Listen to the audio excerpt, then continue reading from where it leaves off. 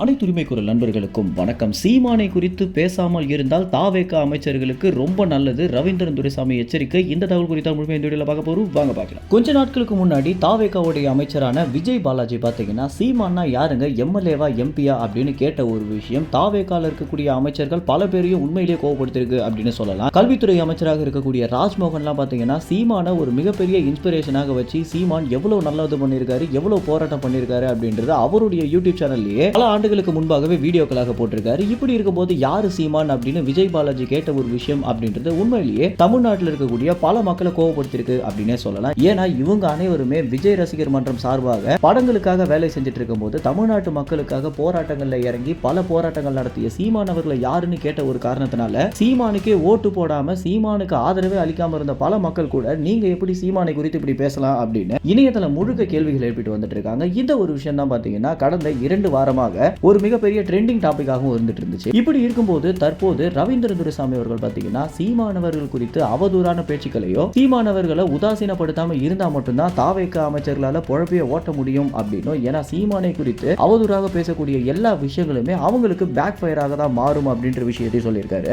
8% இருந்த ஓட்டு வங்கி தற்போது 4% மாறிடுச்சு அப்படின்ற காரணத்தினால சீமானுக்கு இருந்த செல்வாக்கு குறைஞ்சிடுச்சுன்னு அர்த்தம் கிடையாது. மாற்றத்தை விரும்பக்கூடிய மக்கள் காலங்காலமாக சீமானுக்கு ஓட்டு போட்டுட்டு இருந்த மக்கள் தான் தற்போது விஜய்க்கு ஓட்டு போட்டிருக்காங்களே தவிர சீமான பிடிக்காம ஒன்னும் யாரும் ஓட்டு போட்டதில்லை அப்படின்னு ஒரு புது முயற்சியாக ஓட்டு போட்டாங்க. அதனால விஜய் அவர்கள் ஆட்சியை பிடிச்சாரே தவிர சீமானவர்கள் மேல வெறுப்பு கொண்டு யாருமே அவங்களுடைய ஓட்டை மாத்தி போடல அப்படின்ற விஷயத்தை புரிஞ்சுக்கணும் அப்படின்னும் இனி வரும் காலங்களில் கூட சீமானவர்களை அவதூறாக விமர்சிச்சிங்க அப்படின்னா மக்களுக்கே கூட கோபம் வந்து அடுத்தடுத்து அந்தந்த அமைச்சர்களுக்கு ஓட்டு விழ வாய்ப்பே கிடையாது. இப்பவே கூட பாத்தீங்கன்னா விஜய் பாலாஜி அடுத்த முறை அமைச்சராக இருக்கிறதுக்கு வாய்ப்பே இல்லை அப்படின்னு ரவீந்திரன் துரைசாமி சொல்லியிருக்காரு.